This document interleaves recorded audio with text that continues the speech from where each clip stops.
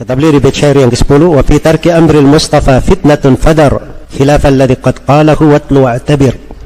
Dan di dalam meninggalkan perintah Nabi Al-Mustafa sallallahu alaihi wasallam terdapat fitnah. Fadar khilafal ladzi qad qalahu, maka tinggalkan segala hal yang menyelisihi ucapan beliau. Watlu wa'tabir, banyak kamu membaca dan banyak kamu mengambil pelajaran. Sini beliau ingatkan kaidah besar bahwa di dalam meninggalkan sunnah Nabi itu akan terjadi fitnah. Dan ini berdasarkan firman Allah Subhanahu wa taala di akhir surah An-Nur, "Falyahdharil ladzina yukhalifuna an amrih an tusibakum fitnah aw yusibakum adzabun alim." Hendaknya berhati-hati orang yang menyelisih perintah beliau. Dia akan ditimpa oleh sebuah fitnah atau ditimpa siksaan yang pedih.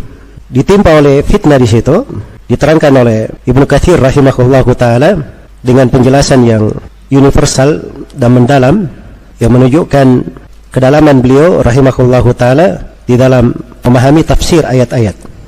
Jadi kata Ibnu Katsir, pada ayat antusibakum fitnah, hendaknya berhati-hati orang yang menyelisih perintah Rasulullah SAW, dia akan tertimpa oleh sebuah fitnah.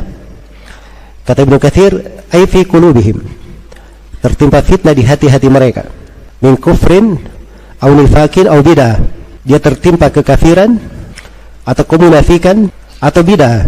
Itu akibat menyelisih sunnah.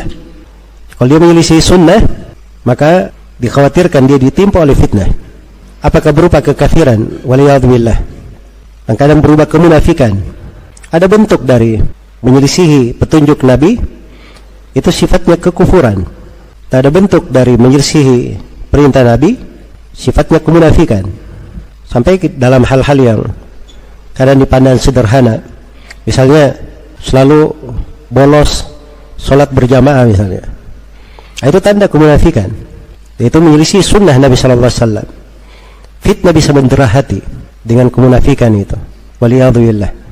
Itu seperti yang dikatakan oleh para ulama, orang yang senang mendengarkan musik, itu artinya dia menumbuhkan kemunafikan di hatinya. Atau kadang fitnah dalam bentuk bid'ah, sebab keluar dari sunnah, itu artinya dia tinggalkan sunnah yang semisal dengannya. Dia bisa jatuh ke dalam perbuatan bid'ah. Itu yang paling sedikitnya. Maka perintah Nabi Sallallahu Alaihi Wasallam kalau ditinggalkan, itu pasti akan membawa fitnah. Au yusibahum adzabun alim, atau dia ditimpa oleh siksaan yang pedih. Kata Ibnu Katsir, siksaan yang pedih di dunia, apakah dia akan terbunuh atau kena had atau akan dipenjara atau yang semisal dengan itu. Dan ini memang sudah terjadi ya. Jadi kalau dibaca hal-hal yang seperti ini dalam sejarah, orang-orang yang dapat siksaan segera karena menyelisih sunnah, itu banyak sekali. Bahkan kadang dia menganggap enteng sebagian sunnah, maka disegerakan untuknya siksaan. Karena itu di Sahih Muslim dari sahabat yang mulia Salam bin Aqwa radhiyallahu anhu, ada seorang yang makan dengan tangan kirinya. Nabi berkata kepadanya, "Kul biyaminik," makan dengan tangan kananmu. Dia berkata, "Ya Rasulullah, astati, saya tidak mampu." Tidak mampu gimana? Dia punya tangan kanan gampang diangkat, tidak mampu. Jadi yang menyebabkan dia berucap seperti itu kesombongan saya. Maka Nabi berkata, "La stata'ta, kamu tidak akan mampu selama-lamanya." Pada saat itu juga dia tidak bisa angkat tangannya. Ini bentuk menyelisih sunnah, nasallallahu alafiyah. Ada sebagian orang yang dibacakan kepadanya hadits anak muda dari Khurasan, maka dia tidak mempercayai hadits itu, tidak mau menerimanya. Tiba-tiba jatuh ular besar, tidak tahu dari mana, mengejar anak muda ini. Itu disebutkan oleh Adz-Dzahabi rahimahullah di Syiar Alamin Nubala. Dan beliau katakan sanadnya itu semuanya para imam yang meriwayatkan. Ini kejadian nyata. Mengejar anak muda ini sampai dia lari, orang-orang berkata kepadanya, "Bertobatlah kamu." Maka dia pun bertobat. Tiba-tiba ularnya hilang. Kadang ada orang-orang yang disegerakan pada yang siksaan di dunia, apalagi di akhirat. Karena itulah orang yang melisihi sunnah Nabi itu hendaknya berhati-hati.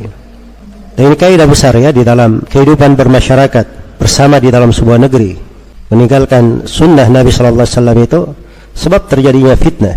Mungkin sebab turunnya musibah, sebab terjadinya malapetaka, sebab terjadinya kerusakan-kerusakan. Maka harus selalu diingat hal-hal yang seperti ini.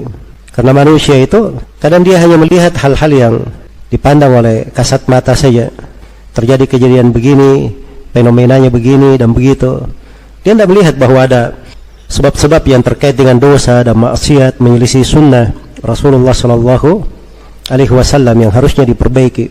Dan sebenarnya dia harusnya lebih banyak membenahi diri di dalam hal tersebut. Ya.